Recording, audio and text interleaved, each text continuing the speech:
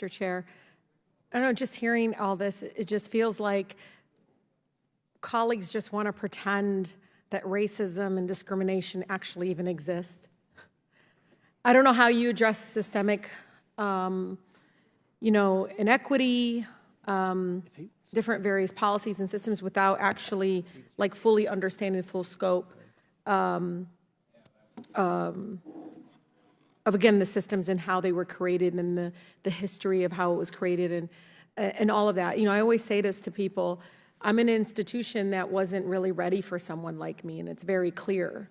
Being one of the first Muslim women here, but CEO Riley, like one of the things that I'm really taken aback though, and I've only seen this, maybe in my lifetime, maybe I know it happened before, but one of the things that I see in regards to trying to even deny Black history as American history is really incredibly, painful that we won't even acknowledge that those systems and that form of oppression even existed. And I was looking up, what, 3,362 instances of certain books being banned. I mean, I looked up, everybody's always shocked, but Beloved by Toni Morrison, C.U. Riley.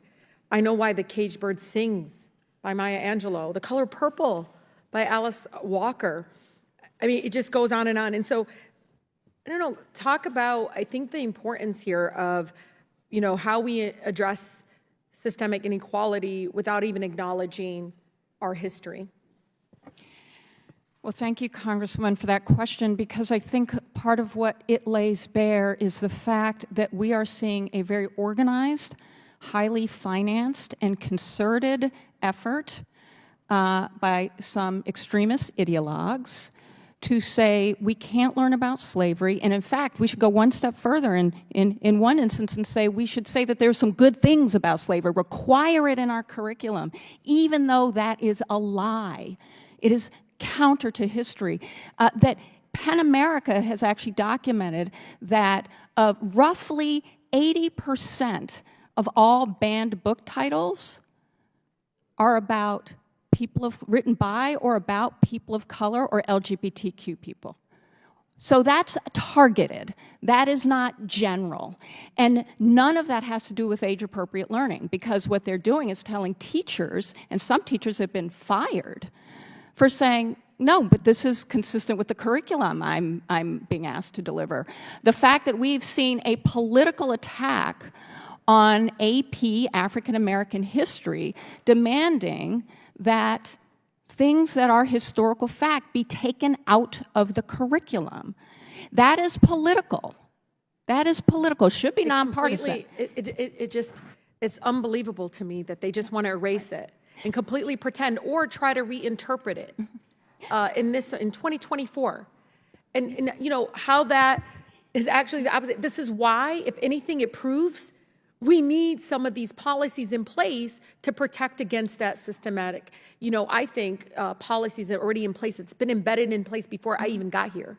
I want to connect it to employment. Yeah. Let's connect it to employment, because there's a recent viral video from a few days ago, a Black woman FedEx driver. That's right. Who then says she was told by her supervisor that there was a town she could not deliver in because it was like a sundown town. It was so racist.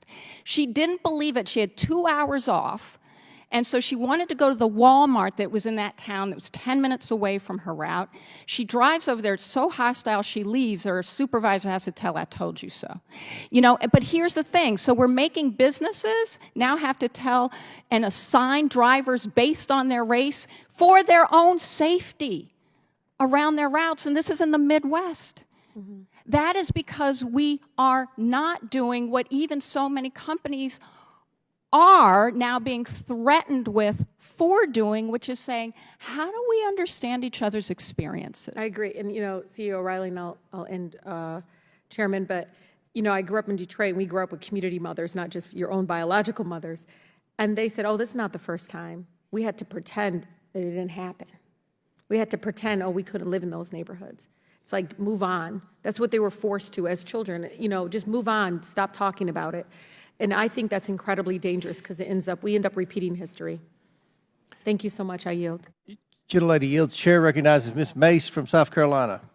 Thank you, Mr. Chairman. The 14th Amendment of the Constitution and the Title VII of the Civil Rights Act of 1964 prohibit discrimination on the basis of sex. That has been the law of the land for decades.